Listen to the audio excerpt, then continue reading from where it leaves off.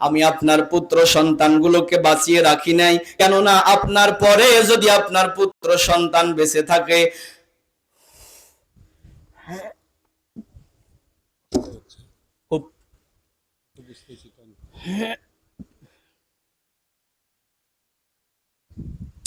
কেননা আপনার পরে যদি আপনার পুত্র সন্তান বেঁচে থাকে, তাহলে কিছু কিছু আপনার কিছু উম্মত থাকবে, এরা তাদেরকে গদ্যানশীল নবী বানায়া ছাড়বে। আল্লাহর হাবিব বলেন, এটা শোনার পরে আমি খুশি হয়ে গেলাম, কেননা আমার সন্তান চলে গেছে, ভবিষ্যতের একটা ফিতনা থেকে বেঁচে গেছি। আল্লাহ পাক ডেকে বললেন, হাবিব আমার, শুধুমাত্র আপনার এই পুত্র সন্তান মারা যাবে না, বরং দুনিয়াতে আপনি চলে যাওয়ার আগে, বিদায় নেওয়ার আগে আপনার সব সন্তানাদিগুলো মারা যাবে, শুধুমাত্র ফাতেমা বেঁচে থাকবে। নবী আমার যখন দুনিয়া থেকে বিদায় নিয়ে চলে যায়, সব সন্তানাদিগুলো মারা গিয়েছিল, শুধুমাত্র ফাতেমা বেঁচে ছিল। রাসূল যদি মারা যাওয়ার আগে বলতো, আমার পরে আমার এই চেয়ারে আমার ফাতেমা বসবে, বিরোধিতা করার কি কেউ ছিল? কিন্তু নবীজি তা বললেন না। রাসূল বললেন, আমার পরে তোমরা খলিফা বানাবে তাকে, তোমাদের মধ্যে যোগ্য মনে হবে তাকে। তার মানে যোগ্যতা দিয়ে তোমরা আমার ওই খলিফা নির্বাচন করিও, বাপের পরিচয় না। কিন্তু বাংলাদেশে এখন অনেকেই বাপের পরিচয়ে চেয়ারে থাকতে চায়, ঠিক না বাজান? চলেন না তাহলে সামনের দিকে যাই। রাসূল বলেন, কাউসার পেয়ে খুশি হওয়ার ৩ নম্বর কারণ হলো, আল্লাহ পাক আমাকে ডেকে বললেন, হাবিব আমার, আমি আপনার পুত্র সন্তানগুলোকে কেড়ে নিলাম, বিনিময়ে এই বছরই আমি আপনার দলের লোককে ভারী করে দেব। কেমনে জানেন? নবীজি যেই বছর তাওহীদ, রিসালাত, আখিরাতের দাওয়াত দেয়, ওই বছর হজের মৌসুমে তামাম পৃথিবী থেকে যত মানুষ হজে গিয়েছিল, ওই সময় আবু জেহেল, আবু লাহাব, উতবা, সায়বা এরা রাস্তার মোড়ে মোড়ে দাঁড়ায়া দাঁড়ায়া তাদেরকে বলল, ভাই শোনো, মক্কাতে হজ করতে আসছো, হজ করে চলে যাও, মক্কাতে কিন্তু একটা নতুন পাগল হয়েছে, এই পাগলের কাছে যেন যাও না, এই পাগলের চেহারা যেন দেখো না, এই পাগলের কথাও যেন শুনো না। যদি চেহারা দেখো পাগল হয়ে যাবে, যদি কাছে যাও পাগল হয়ে যাবে, যদি কথা শোনো পাগল হয়ে যাবে, তোরা যাস না ও পাগলের কাছে। এমন ভাবে মানুষকে বুঝাইছে। আর মানুষের একটা স্বভাব হলো, নিষেধ করা জিনিসের প্রতি মানুষের আগ্রহ আরো বাড়ে, কথা কয় না? এখানে আসছেন, কোনো রেসপন্সিবিলিটি নাই, যাওয়ার সময় যদি বলা যায় ভাই যাবেন, তবে ওই জানালার দিকে তাকায়েন না, দেখবেন কিছু মানুষ যাবে আর উকি দিয়ে দিয়ে তাকাবে, আসলে ঘটনা কি? যখন ওরা সবাই বলল মোহাম্মদ নামে একটা পাগল হয়েছে, এই পাগলের কাছে যাও না, এই পাগলের চেহারাও দেখো না, এই পাগলের কথাও শুনো না, কাছে গেলেও পাগল হয়ে যাবে, চেহারা দেখলেও পাগল হয়ে যাবে, কথা শুনলেও পাগল হয়ে যাবে, মানুষের উপচে পড়া ভিড় শুরু হয়ে গেল। কারণ জীবনে বহু পাগল দেখেছি, তবে পাগল দেখে যে মানুষ পাগল হয় এরকম পাগল জীবনেও, হ্যাঁ, পাগল দেখার জন্য দলে দলে যায়। আবু জেহেল, আবু লাহাব, উতবা, সায়বা এরা তাকায় দেখলো, বললাম কি আর হইলো কি? এরা দাঁড়ায় বলল, ভাই শোনো, পাগল দেখতে আসছেও, তবে ভালো কথা, এই দূর থেকে তাকায় দেখে চলে যায়, ওই পাগলের কাছে যেন যায় না, কারণ পাগলের কথা শুনলে পাগল হয়ে যাবে। কানের ভিতরে আঙ্গুল দাও। সবাই কানের ভিতরে আঙ্গুল দিয়ে দূর থেকে পাগল দেখার জন্য গেছে। মক্কাতুল মুকাররমায় কাবা শরীফের এরিয়াতে গিয়ে বলে, পাগল কোনটা? সবাই বলতেছে, ওই যে কাবার সাথে হেলান দিয়ে বসে আছে যেটা। ওরা বলল, কোনটা? ওই যে কাবা শরীফের সাথে হেলান দিয়ে বসে আছে যেটা। ওরা বলে, কোনটা? ওই যে ওইটা। বলে, হ্যাঁ। সবাই তাকিয়ে দেখে, জীবনে বহু পাগল দেখেছি, পাগলের মাথার মধ্যে জট, গায়ের মধ্যে চট, পাগল থাকে উস্কো খুস্কো নোংরা পোশাকে, কিন্তু ওরা যাকে পাগল বলতেছে, মনে হয় আকাশের পূর্ণিমার চাঁদ যেন নিচে নেমে এসেছে। ওরা আরো কাছে যায়, আরো কাছে যায়, শুধুমাত্র পাগল দেখার জন্য। নবী পাকের চেহারা দেখেই যেন মন্ত্রমুগ্ধ হয়ে গেছে। এক পর্যায়ে কান থেকে আঙ্গুল সরাইছে, দেখি তো পাগলটা কি বলে। ওই সময় রাসূল আমার তিলাওয়াত করতেছে, আর রহমান নবী আমার যখন তেলাওয়াত করে, ওরা যখন নবী পাকের চেহারা দেখে, প্রথমত তেলাওয়াত শুনেছে, ওরা মন্ত্রমুগ্ধ হয়ে গেছে, নবী পাকের চেহারা দেখেও পাগল হয়ে গেছে, ওরা দলে দলে কালেমা পড়ে মুসলমান হওয়া শুরু করেছে। ও তোরা দেখলে ছবি পাগল হবি, কাঁদবি বসে একা নিরালায়, যেই দেশে মোর নবীজি ঘুমায়। ঠিক না? খারাপ লাগতেছে আপনাদের? ভাই বুক ব্যথা হয়ে গেল।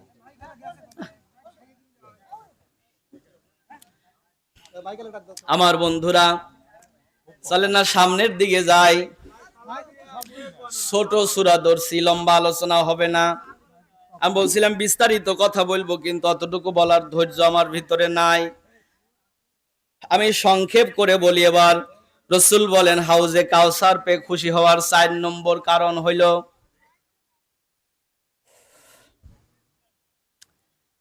আওয়াজ একটু বাড়া দিছিল তখন ভালোই লাগলে, ভাই 2 বার করে কমা দিয়ে চলে গেল। আমরা কি বুঝি না সব? আর আমার সাথে এসে রাগ দেখাইতেছে।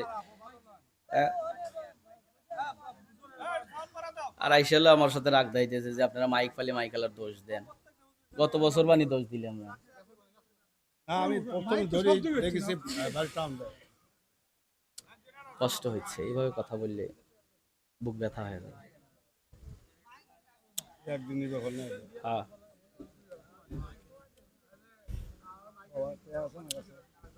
আপনারা একটু কষ্ট করে বাজান উঠেন না। আমি ছোট সূরা ধরছি, অল্প সময় শেষ করে দেব, বিরক্ত করবো না আপনাদেরকে।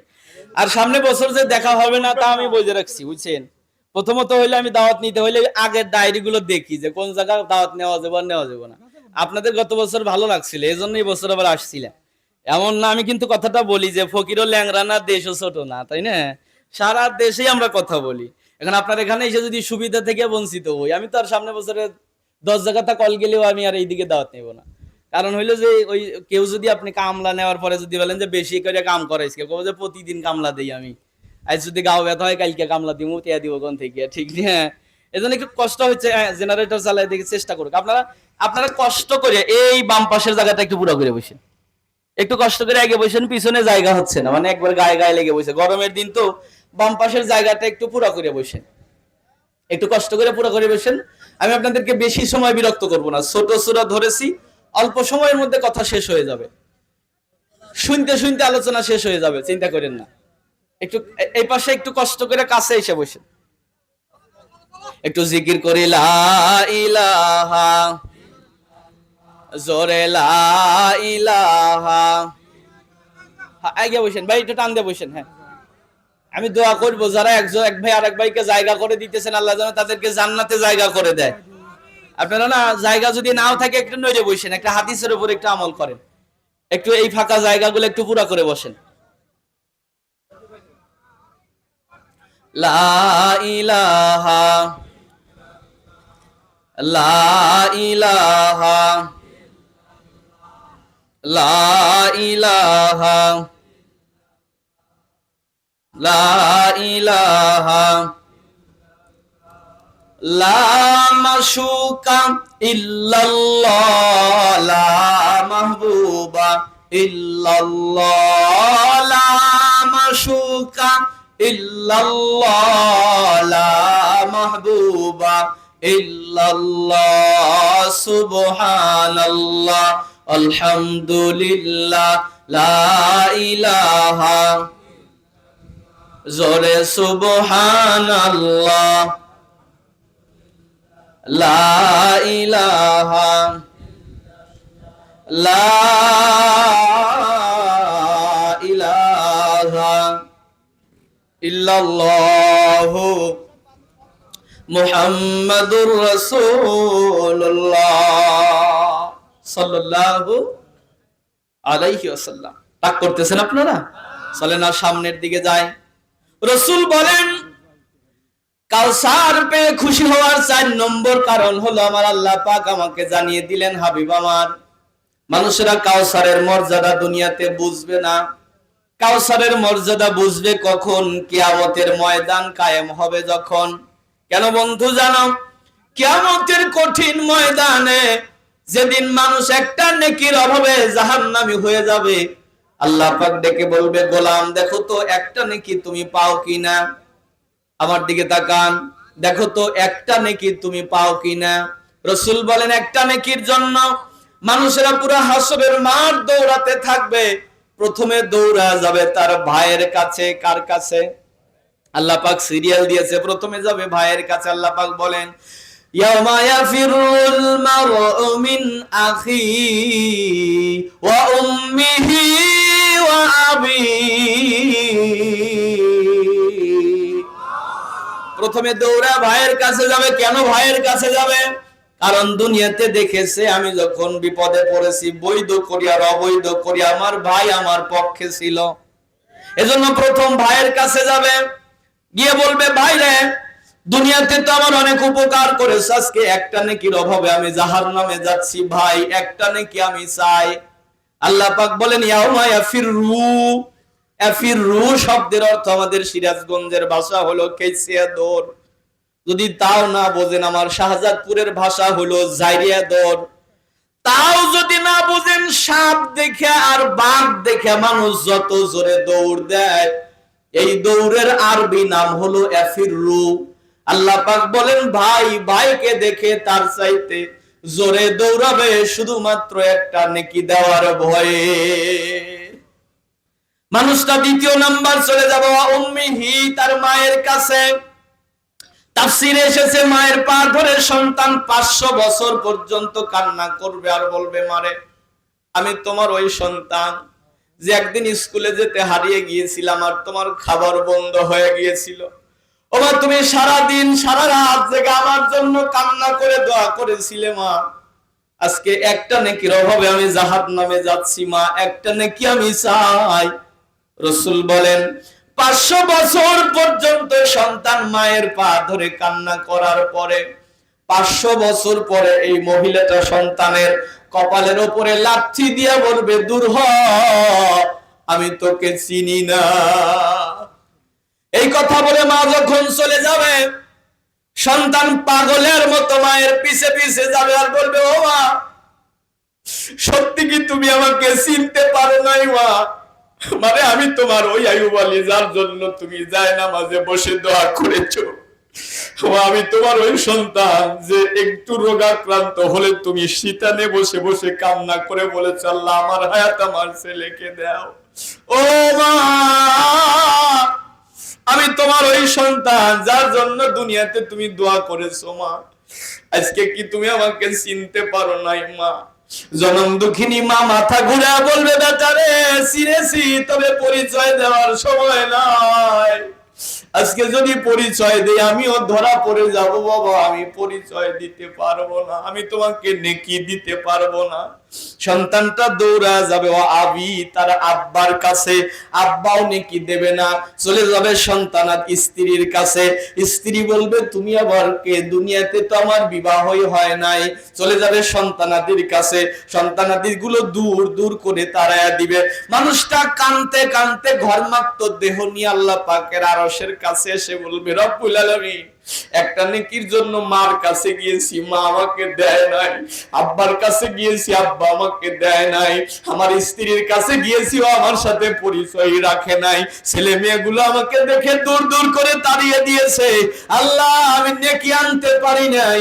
আল্লাহ ডেকে বলবে, গোলাম তাহলে জাহান্নামে যাও। রাসূল বলেন, জাহান্নামী বান্দাকে যখন জাহান্নামের রশি লাগায়া টাইনা টাইনা জাহান্নামের দিকে নিয়ে যাওয়া হবে, মানুষটা পাগলের মতো পিছনে বারবার ঘুরে তাকাইবে, দেখি তো কেউ আমাকে চিনতে পারে কিনা, কেউ আমাকে চিনতে পারে কিনা। এমন সময় নবীর কাছে কে যেন খবর দিবে, গো নবীজি, আপনার একটা উম্মত একটা নেকির অভাবে জাহান্নামে চলে যাইতেছে। রাসূল বলেন, সাওয়ালা মুরগি যেরকম উড়াল দিয়া বাচ্চার কাছে যায়, আমি নবীজি উড়াল দিয়া আমার উম্মতের পাশে দাঁড়ায়া যাব।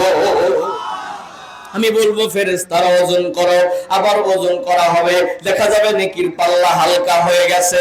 একটা বর্ণনাতে এসেছে রাসূল বলেন আমি আমার হাতখানা নেকির পাল্লার উপরে বুলায় দিয়ে বলবো এবার ওজন করো, এবার ওজন করা হবে, দেখা যাবে নেকির পাল্লা ভারী হয়ে গেছে, মানুষটা জান্নাতি। মানুষটা যখন জান্নাতি হয়ে যাবে, নবী আমার চলে যাচ্ছে, মানুষটা পিছন দিক থেকে ঘুরে ডাক দিয়ে বলবে কে গো মহাপুরুষ আপনি, আমি তো আপনাকে চিনলাম না, আজকে আমার মা পরিচয় দেয় নাই, আমার আব্বা পরিচয় দেয় নাই, আপনি কোথা থেকে এসে এত বড় উপকার আমাকে করলেন। রাসূল আমার মাথা ঘুরে বলবে উম্মাত আমি তোমার রহমতের নবী, রাহমাতাল লিল আলামিন। যদি ছোট একটা পাখি হইতাম, যদি ডানা ওয়ালা পাখি হইতাম, একটা উড়াল দিয়া আমি মদিনায় যাইতাম। হায় রে একটা উড়াল দিয়া আমি মদিনায় যাইতাম। আমার বন্ধুরা, নবী আমার বলেন আমি যখন শুনতে পেলাম কাউসার কিয়ামতের ময়দানে এত বড় উপকার করবে, আমি কাউসার পেয়ে খুশি হয়ে গেলাম। রাসূল বলেন কাউসার পেয়ে খুশি হওয়ার 5 নম্বর কারণ হলো আমার আল্লাহ পাক আমাকে ডেকে বললেন হাবিব আমার আপনার 2টা পুত্র সন্তান মারা গেছে আর আপনি কান্না করতেছেন। ওগো নবীজি, 4 শ্রেণীর সন্তানাদির পিতামাতা যারা হবে এরা বিনা হিসাবে আল্লাহর জান্নাতে যাবে। প্রথম নাম্বার হলো শহীদদের পিতামাতা। শহীদ কারা? মান কুতিলা ফি সাবিলিল্লাহ ফাহুয়া শাহিদ। কেউ যদি আল্লাহর রাস্তায় জীবন দেয়, আল্লাহর রাস্তায় গেছে, বুলেটের আঘাতে জীবনটা ঝাঁঝরা হয়ে গেছে, নবীর ইজ্জত রক্ষার জন্য প্রতিবাদ করেছে, জীবন চলে গেছে, সে শহীদ হয়ে যায়। রাসূল বলেন শহীদের পিতামাতা বিনা হিসাবে জান্নাতে যাবে। 2 নাম্বার হলো হাফেজ আলেমদের পিতামাতা।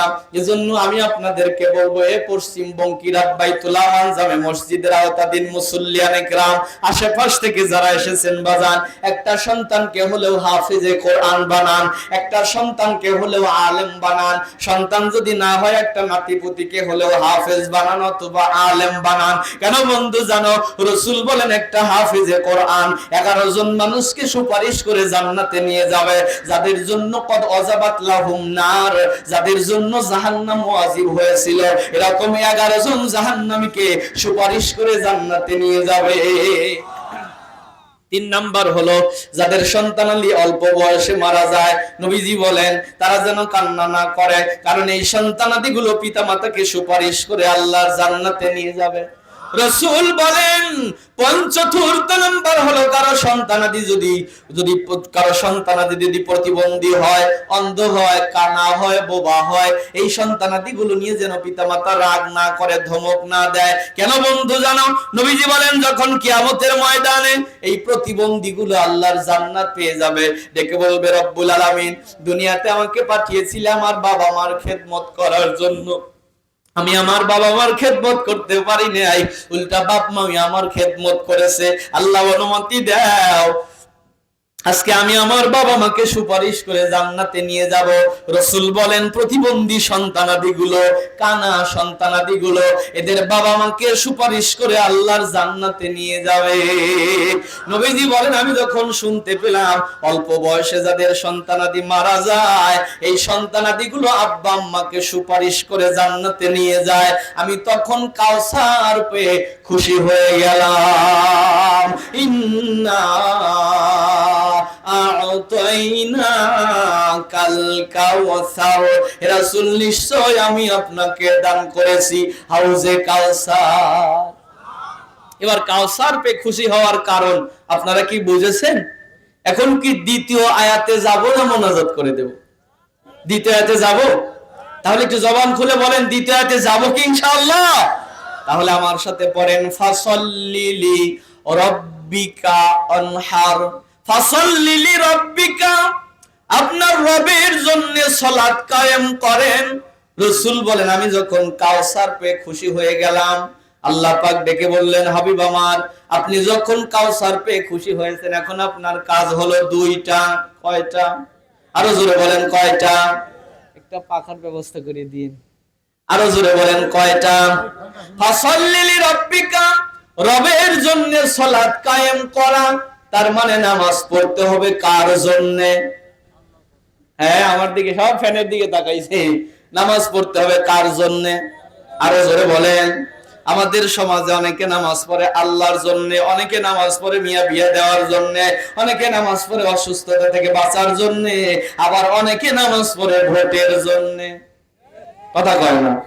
এই যে সময় কিন্তু আসতেছে, কথা কয় না? প্রথমে এক আসরের নামাজ 3 জায়গা পড়বে, তারপরেও দাঁড়ায়া ভোট চাইবে। এখানে হলো 4:45 জামাত, এখানে আসরের নামাজ পড়ছে, নামাজের পরে দাঁড়ায়া বলতেছে, ভাই সাহেব আমি তো দাঁড়াইতে চাইলাম না, লোকজন জোর করিয়া দাঁড় করায়া দিছে, অথচ ওকে 12 থেকে 13 জন কইছে তুই দাঁড়ালি আর কেউ পারবো না, ও জমি বেচে ভোটে দাঁড়াইছে। আর দোষ দেয়, কয় লোকজন দাঁড় করা দিছে, 12-13 জন কয় নাই। আছে না? নাই? আমার এলাকায় আমার এক ভাই এরকম ভোট চাইতে আইছে, আমি বললাম ভাই এই গরিব মানুষ তুই বাড়িটুকু বেচা দিয়ে ভোটে দাঁড়ায় না, কি দরকার ছিল? আমারে বললো যে তুমি তো মৌলবী মানুষ, রাজনীতির কিছু তো তুমি বোঝো না, আমার সব হলো দাবা ভোট। কি ভোট? অবশেষে ভোটের দিন দেখা গেল যে 12 জনের মধ্যে একবারে নিচে যে দাবিয়ে গেছে ও। 3 দিন পর দেখা গেলাম ভাই দাবা ভোটে না দাবিয়ে গেল, আর কথা বাদ দিয়েছে। এরকম আছে না? প্রয়োজনে এক আসরের নামাজ 3 জায়গায়, ওই জায়গা 5টায় নামাজ, এনে 45-এ পড়িয়া চলে গেছে ওই পাড়া, আবার নামাজ পড়তেছে, কাজা কাফারা সব নামাজের পরে তারা ভোট চাইতেছে। আছে না নাই? নির্বাচনের গরম হাওয়া লেগেছে, লেগেছে, নির্বাচনের গরম হাওয়া লেগেছে, শার্ট প্যান্ট আর টাইটা রেখে পাঞ্জাবি আর টুপি পরে ভোটের তরে রাস্তায় কেউ নেমেছে, নেমেছে, নির্বাচনের গরম হাওয়া লেগেছে, কাউকে এখন ধরবে হাতে, কাউকে ধরবে পায়ে, বুড়ো চাচায় গিয়ে বলবে আপনি আমার ভাই, পকেট থেকে বের করিয়ে দিবে টাকার নোট, বলবে আমি জনদরদি দিও আমায় ভোট। এসব শুনে কলিম চাচা অনেকখানি রেগেছে, রেগেছে, নির্বাচনের গরম হাওয়া লেগেছে। চাচা রাগার পেছনে কারণ কি? 5 বছর পরে চাচা শখ করে গেছে ভোট দেওয়ার জন্য, কেন্দ্রে ঢোকার আগেই বলল চাচা বাড়ি যান, আপনার ভোট হয়ে গেছে, চাষির ভোট দিয়ে গেছে। বেচারা রাস্তায় এসে চিৎকার করে কান্না করে, আহারে গেদার মাও, মরিয়া গেলি তুই 10 বছর আগে, অথচ ভোটের সময় এসে ভোট দিয়া যাস, আমার সাথে দেখাও করস না। হয় না? কথা কন না? সময় কিন্তু এসেছে নিজেকে পাল্টে দেওয়ার, সময় এসেছে যুগ জামানাকে পাল্টে দেওয়ার। এই সময় আমরা যদি কোরআনের রাজ বাংলার জমিনে কায়েম না করতে পারি, গাঢ় কালো অন্ধকার আবার কপালে আসবে। ঠিক কিনা বলেন? আমি বলেছি আমি যদি 3 মিনিটের বক্তব্য কোথাও হয়, সেখানেও আমি বলবো ডিসিশন ইজ ইয়োর, বোঝানোর দায়িত্ব আমার। আপনি সারা বছর ময়দানে বলেছেন হ্যাঁ সংসদে কোরআন চাই, অথচ ভোটের আগের রাত্রে 500 দিছে, আপনি সব ভুলে গেছেন। টাকার গরম মানুষকে 24 ঘন্টা গরম করে রাখে, এজন্য আগের রাতে মারে। আগের রাতে দিলে পরের দিন বড় গাও গরম থাকে, অমুককে দিছে 1000, ওই সময় যাওয়ার সময় মাইরে দিছে 1 জায়গা, সারা বছর কাইনতেছে, আরে কইলাম কি ভোটের আগে পাও ধরে কইলো তোর একটু ভোট চাই, পারার পরে তোর 4 পয়সারও দাম নাই। সময় এসেছে এখন আপনার বুদ্ধি, আপনি যেহেতু মাছ পানি এগুলো বোঝেন, আগুন পানির পার্থক্য আপনি বোঝেন, বিষয়টা আপনার। আমি ভোট চাইতে আসি নাই, আমি এলাকায় এমপিতেও দাঁড়াবো না, চেয়ারম্যান মেম্বারেও দাঁড়াবো না। আমি শুধু আপনাকে বললাম যাকেই দেন যোগ্য মানুষটাকে দেওয়ার চেষ্টা করবেন। মানুষটা যোগ্য কিনা, মানুষটা দেশের জন্য, দশের জন্য, সমাজের জন্য, ইসলামের জন্য কিছু করবে কিনা, এটাও কিন্তু আপনার একটা নৈতিক দায়িত্ব। ঠিক আছে কথা? চলেন এবার সামনের দিকে যাই। আল্লাহ পাক বললেন ফাসাল্লি লিরাব্বিকা, রবের জন্য সালাত কায়েম করতে হবে, তার মানে নামাজ পড়তে হবে কার জন্য? কার জন্য? আল্লাহর জন্য যদি নামাজ হয়, ওই নামাজে সরাসরি আল্লাহর সাথে মিরাজ হয়। আসসালাতু মিরাজুল মুমিনিন, নামাজ হলো মুমিনদের জন্য মিরাজ। তাহলে এবার চলে গেলাম ফাসল্লি লিরাব্বিকা, রবের জন্য সালাত কায়েম করা। শেষ অংশ হলো অনহার, শব্দটা এসেছে ইনহার থেকে। ইনহার শব্দের অর্থ হলো কোরবানি। এই কোরবানি মানে কোন কোরবানি? আমরা মনে করি কোরবানির ঈদের দিনে গরু জব করা, ছাগল জব করা, ভেড়া জব করা, এই কোরবানি না বন্ধু, না। এই কোরবানি মানে ও কোরবানিও আছে। কোরবানির ব্যাখ্যা এসেছে 9 প্রকারের। কয় প্রকারের? প্রথম নাম্বার কোরবানি হবে কার জন্য? এবার চলেন কোরআন থেকে নেই। কোরআন কি বলে? আল্লাহ পাক বলেন, আসআলুনাকা মাযা ইউনফিকুন। হে রাসূল, তারা আপনাকে জিজ্ঞেস করে তারা কোরবানি করবে কোন পথে, তারা খরচ করবে কোন পথে। আপনি বলে দেন, ফালিল ওয়ালিদাইনি ওয়াল আকরাবিন। তারা যেন প্রথম নাম্বার কোরবানি করে হলো তার বাবা মার জন্য। তাহলে প্রথম কোরবানি কার জন্য? এই সবাই বলে না, প্রথম কোরবানি কার জন্য? বাবা মার জন্য কোরবানি মানে হলো বাপ মাও ধরে জব করা লাগবে। কথা বল না। বাবা মার জন্য কোরবানি মানে হলো জীবনের স্থাবর অস্থাবর যা কিছু আছে সমুদয় সম্পদ দিয়ে হলেও বাবা মাকে খুশি রাখা লাগবে। কারণ বাবা মার খুশিতে আল্লাহ খুশি, বাবা মা বেজারতে আল্লাহ বেজার। কেন বন্ধু, কেন কেন আল্লাহ পাক আল্লাহর হুকুমের পরে বাবা মার কথা বললেন? কেন ফাসল্লি লিরাব্বিকার পরে অনহার বললেন? কারণ হলো এই পৃথিবীতে আল্লাহ পাক যা দেয় স্বার্থ ছাড়া, আর বাবা মা যা দেয় স্বার্থ ছাড়া। এ দুনিয়াতে যত মানুষ আপনাকে যাই দিয়েছে সবকিছুর পেছনে কোনো না কোনো স্বার্থ আছে, কিন্তু বাবা মার ভালোবাসার পেছনে কোনো স্বার্থ নাই। স্বার্থ ছাড়া বন্ধু বান্ধব কাছে আসে না। বিনা স্বার্থে কখনো কেউ ভালোবাসে না। স্বার্থ ছাড়া ভালোবাসে শুধু আমার মা, স্বার্থ ছাড়া ভালোবাসে শুধু আমার মা। ঠিক কিনা বলে? কোনটার 2-3 বছর খেলে হিসাবটা পাকা, প্রতি শিশুর পিছে খরচ হয়তো লাখ টাকা। মা আমার তার বুকের দুগ্ধ পান করিয়াও মূল্য নিল না। স্বার্থ ছাড়া ভালোবাসে শুধু আমার মা, স্বার্থ ছাড়া ভালোবাসে শুধু আমার মা। কেন বন্ধু আল্লাহ পাকের হকের পরে আল্লাহ মা বাবার কথা বললেন? মা বাবা তো ওই সম্পদ যারা দোয়া করলেও কবুল, বদদোয়া করলেও।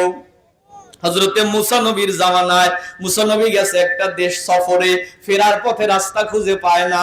আল্লাহ পাকের কাছে দোয়া করলেন, রব্বুল আলামিন আমি বাড়ি ফিরবো, কোনো যানবাহনও পাই না, কোনো রাস্তাও খুঁজে পাই না, আল্লাহ তুমি আমাকে ব্যবস্থা করে দাও। আল্লাহ পাক ডেকে বলে, ও মুসা তাকিয়ে দেখো তোমার পাশে একটা নদী আছে, নদীর পাশে ছোট্ট একটা বাচ্চা বালি নিয়ে খেলা করে। ওই নদীর কিনারে এই বাচ্চাটাকে বলো তুমি তোমার জন্য যেন দোয়া করে। ওই বাচ্চার দোয়ার ওসিলায় আমি তোমাকে বাড়ি পর্যন্ত পৌঁছায় দেব।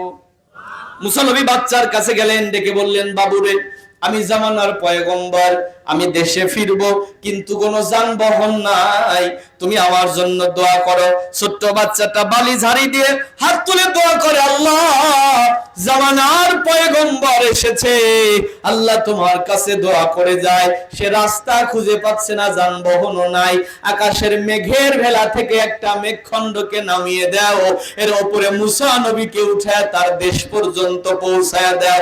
দোয়া করার সাথে সাথে মেঘের ভেলা নিচে নেমে এসেছে। মুসা নবী উঠলেন, বাড়ি পর্যন্ত গেলেন, যাওয়ার পরে সিজদায় পড়ে গিয়ে বলে, রব্বুল আলামিন আমি বুঝলাম না ছোট্ট একটা বাচ্চার দোয়ার বরকতে তুমি এত বড় উপকার কেমনে করলে।